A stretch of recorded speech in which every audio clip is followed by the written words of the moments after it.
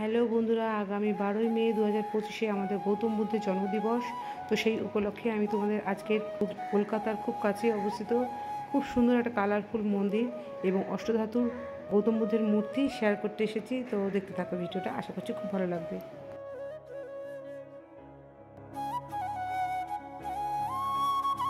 Hello guys, আমি Kanika Koyel, welcome back to my channel Kanika Koyel vlogs. বন্ধুরা, আজকে আমি তোমাদের একটা নতুন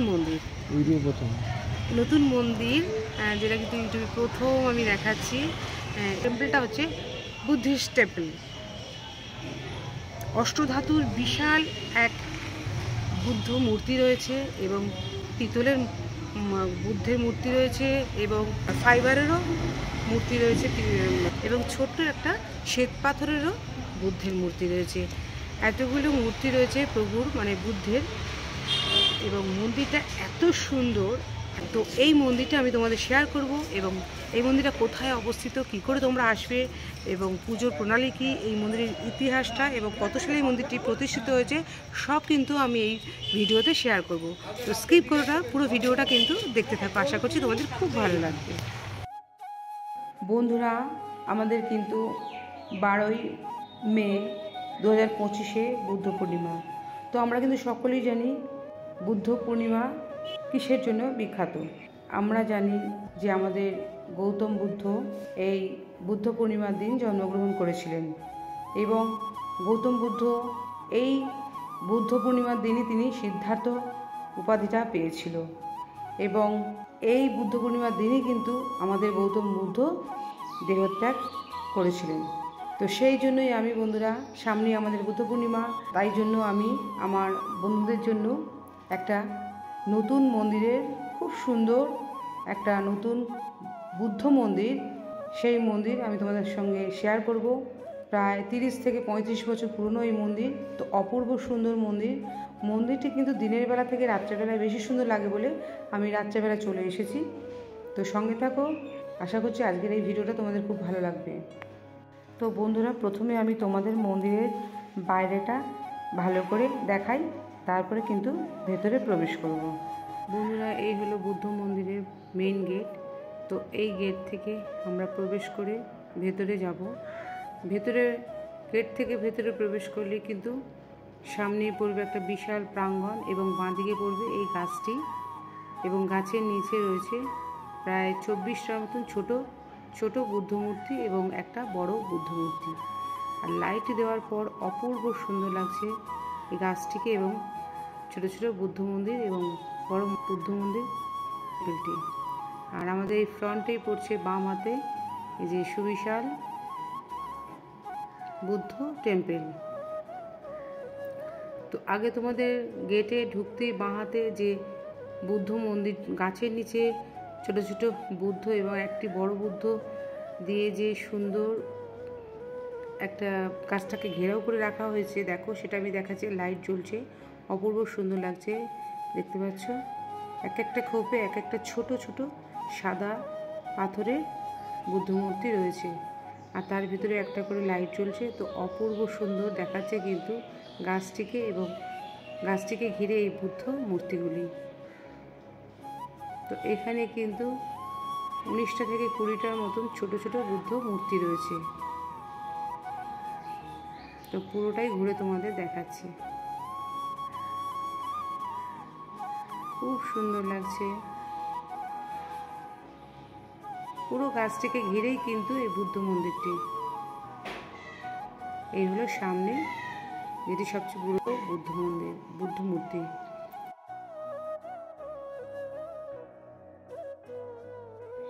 বন্ধুরা, এই হলো আমাদের খুব সুন্দর মার্বেল দিয়ে তৈরি করা বুদ্ধ মন্দির। তো মন্দিরের গঠনশৈলীর কারুকার্য দেখে বুঝতেই পারছো, খুব সুন্দর কিন্তু মন্দিরটিকে লাগছে।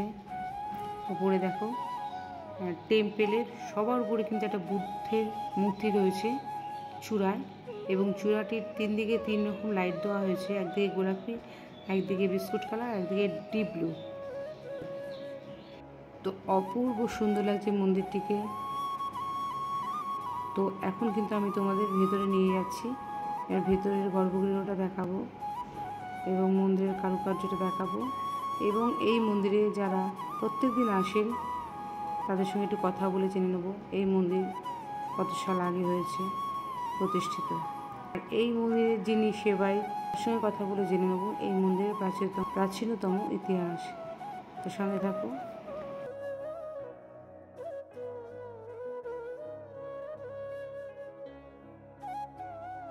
আপনি তো এই মন্দিরে রেগুলার আসছেন, কত দিন ধরে আসছেন?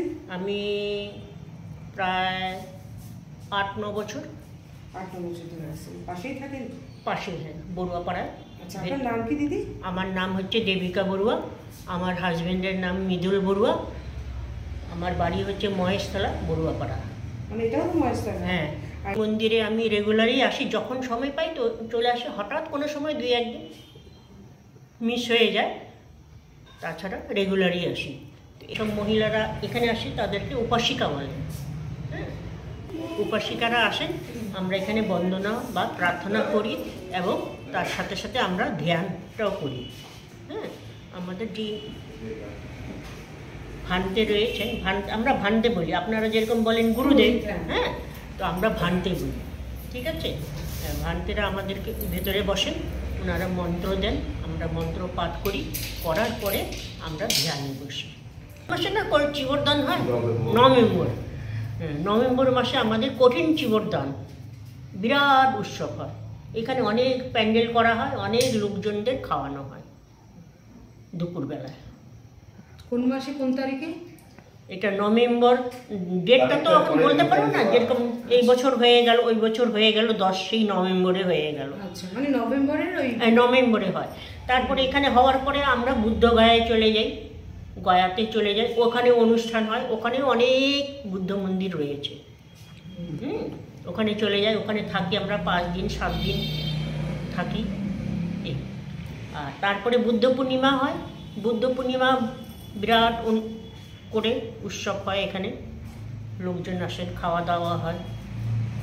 তারপরে মাঘী পূর্ণিমা আছে, মাঘী পূর্ণিমাও ওই একইভাবে পুজো টুজো করা হয়, সবাই আসেন খাওয়া দাওয়া।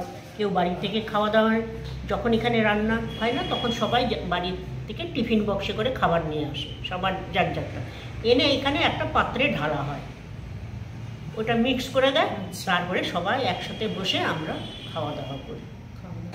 Thank you. আর বন্ধুরা, এই মন্দিরের বর্তমান যিনি পুরোহিত তার মুখ থেকে শুনবো এই মন্দিরের ইতিহাস। 34 বছর হয়ে গেছে, মানে আনুমানিক 34 বছর হয়ে গেছে। 34-35 বছর হয়ে গেছে। আচ্ছা, বর্তমানে এই মন্দিরের উন্নয়নের জন্য, ডেভেলপমেন্টের জন্য যারা যারা দান করেছে, হ্যাঁ, যারা যারা দান করেছে তাদের নাম আমরা এই পাত্রের মধ্যে খোদাই করে রেখে দিই, ফলক করে রেখে দিই। এখানে একটা বোর্ড আছে, হ্যাঁ, তারপরে এখানে আরো বোর্ড করা আছে যেগুলো লাগানো হয়নি, হ্যাঁ, সেগুলি ভবিষ্যতে লাগানো হবে। আর মন্দির উন্নয়ন কল্পে যারা দান করে তাদের জন্য তাদের নাম আমরা ফলকে লাগিয়ে রাখি। সামনে একটা যে একটা আকাশ বুদ্ধ আছে, ওখানে একটা ফলক করা আছে, যারা ওই ওটার জন্য দান করেছিলেন তাদের নাম আমরা ওইখানে লাগানো হয়। এটা থাইল্যান্ড থেকে গিফট দেওয়া হয়েছিল। থাইল্যান্ড থেকে হ্যাঁ, গিফট দিয়েছে। আর পাশে যে ছোট ছোট দুটো বুদ্ধিস্ট রয়েছে, হ্যাঁ, এগুলি সবই দানের জিনিস। মানে দানের এমনি কিসে ওগুলো? এমনি বাকিগুলি ইয়ে নেই, একটা পিতলের আছে, ওইটা ফাইবারের আছে, আর একটা মাটির আছে। মানে যে যেরকম পেরেছে দানের দিয়ে গেছে।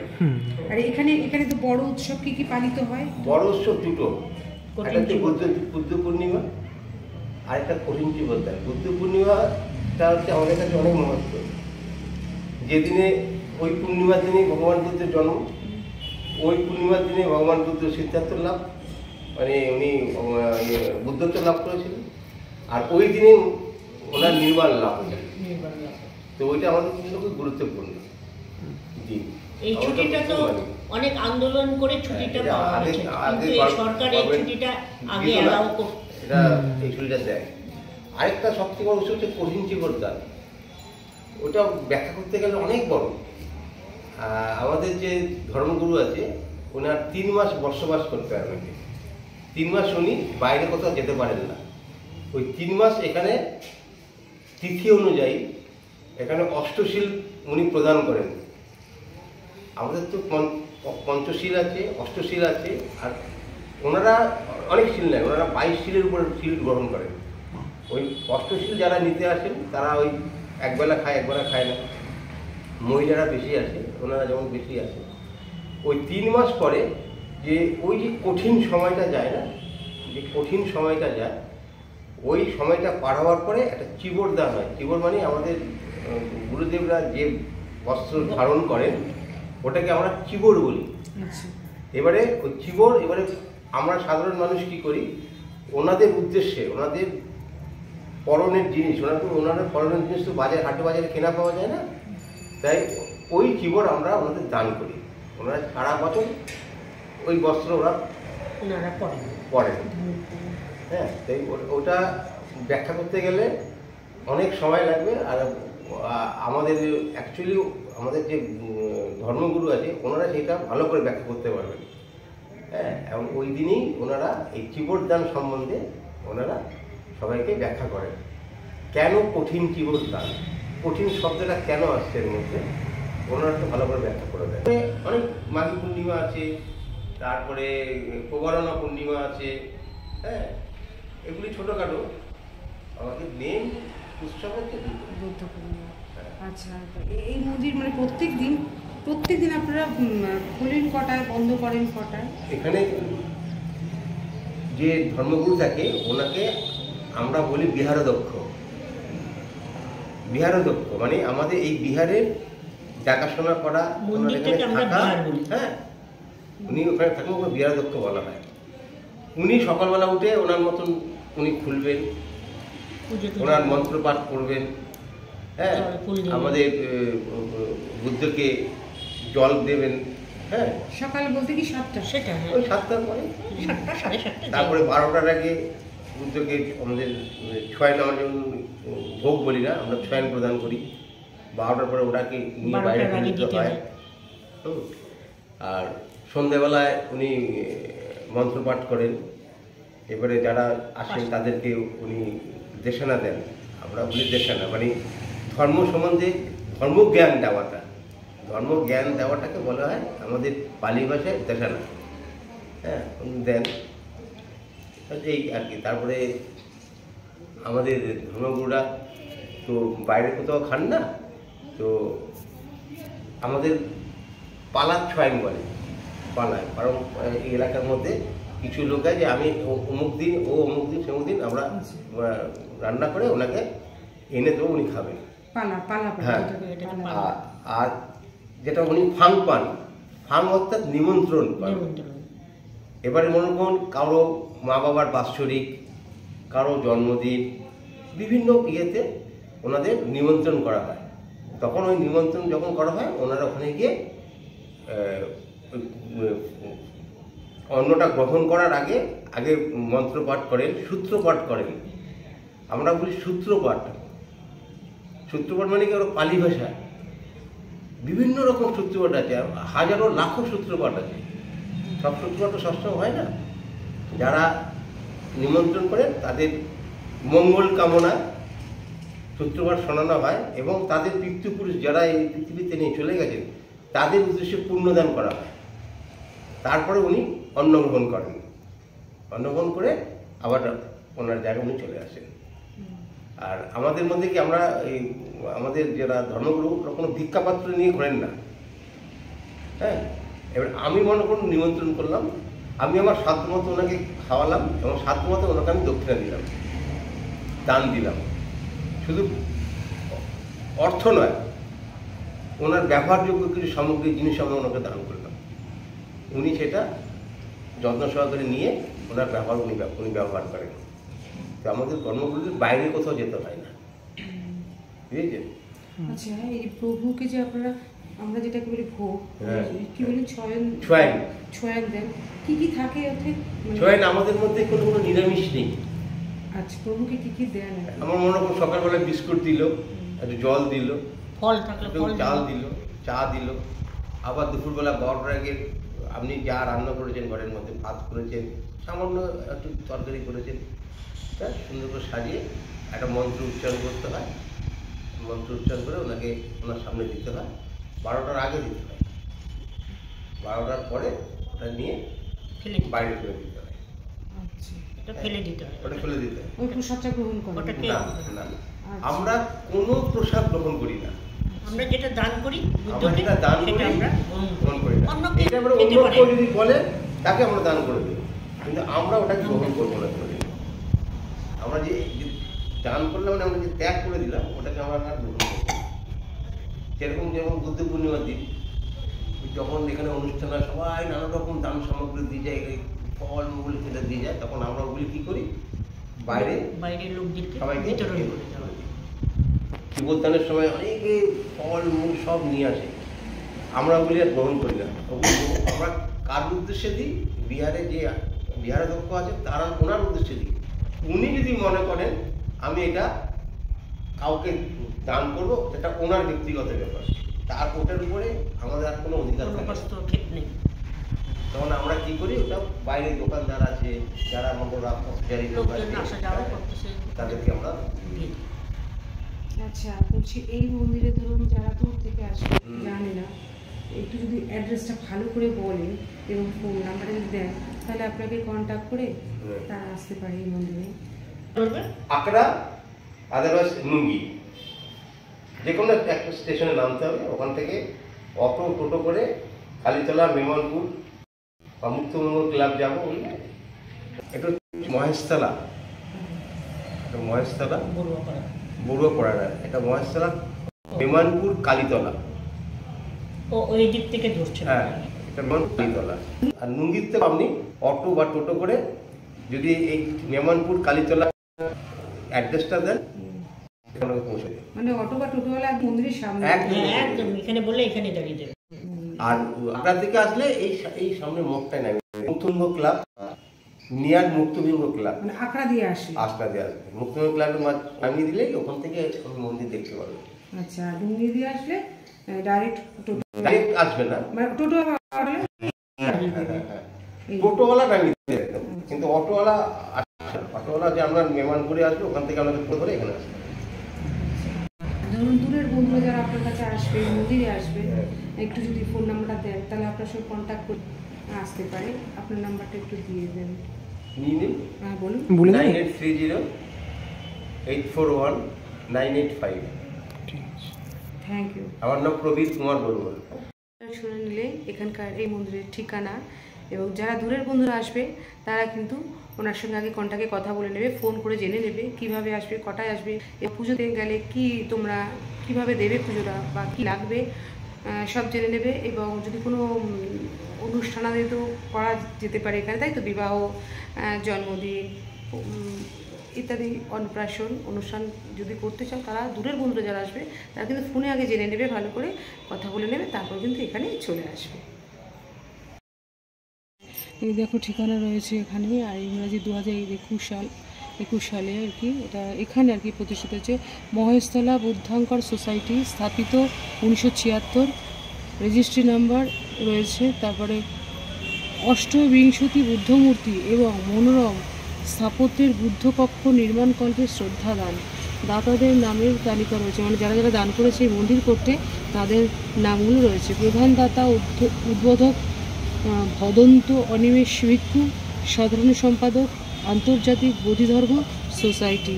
তারপরে কিন্তু এই ফলকে রয়েছে তোমার যারা যারা দান করেছে, এই মন্দিরটা করতে যারা যারা হেল্প করেছে, সাহায্য করেছে, তাদের নাম রয়েছে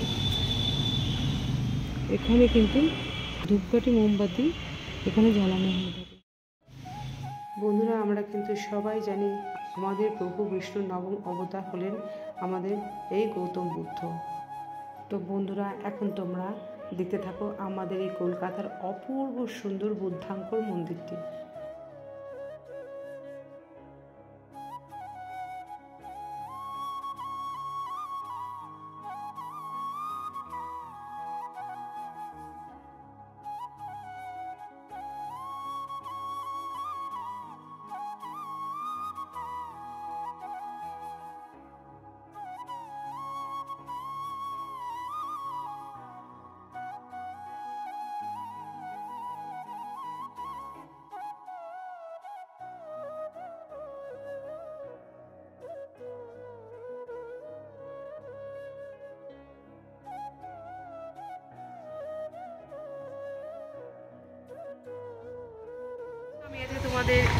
আমাদের বুদ্ধিস্ট কালারফুল খুব সুন্দর টেম্পলটা শেয়ার করলাম।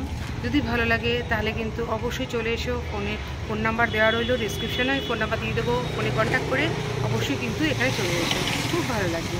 আর আসলে কিন্তু দিনেও আসতে পারো, সন্ধ্যেবেলা বেশি ভালো লাগবে। তো যাই হোক, আজকের ভিডিওটা যদি তোমাদের ভালো লাগে তাহলে প্রচুর শেয়ার করে দাও, লাইক করে দিও, কমেন্টে জানিও কেমন হয়েছে। আর নতুন বন্ধুরা যারা এখন আমাকে সাবস্ক্রাইব করোনি তারা প্লিজ আমার চ্যানেলকে সাবস্ক্রাইব করো, করে আমার পাশে থাকো বেল আইকনটা অন করে। কারণ আমি ভিডিও নতুন আমি ভিডিও করব তোমাদের জন্য, সেটা সরাসরি আগে তোমাদের কাছে পৌঁছে যাবে। তো এখন কিন্তু আমি চলে যাচ্ছি এখান থেকে, আজকের মতন বিদায় নিচ্ছি। অন্য কোনো ব্লগের সাথে। সবাই সুস্থ থাকো, ভালো থাকো, আনন্দে কাটাও, টাটা।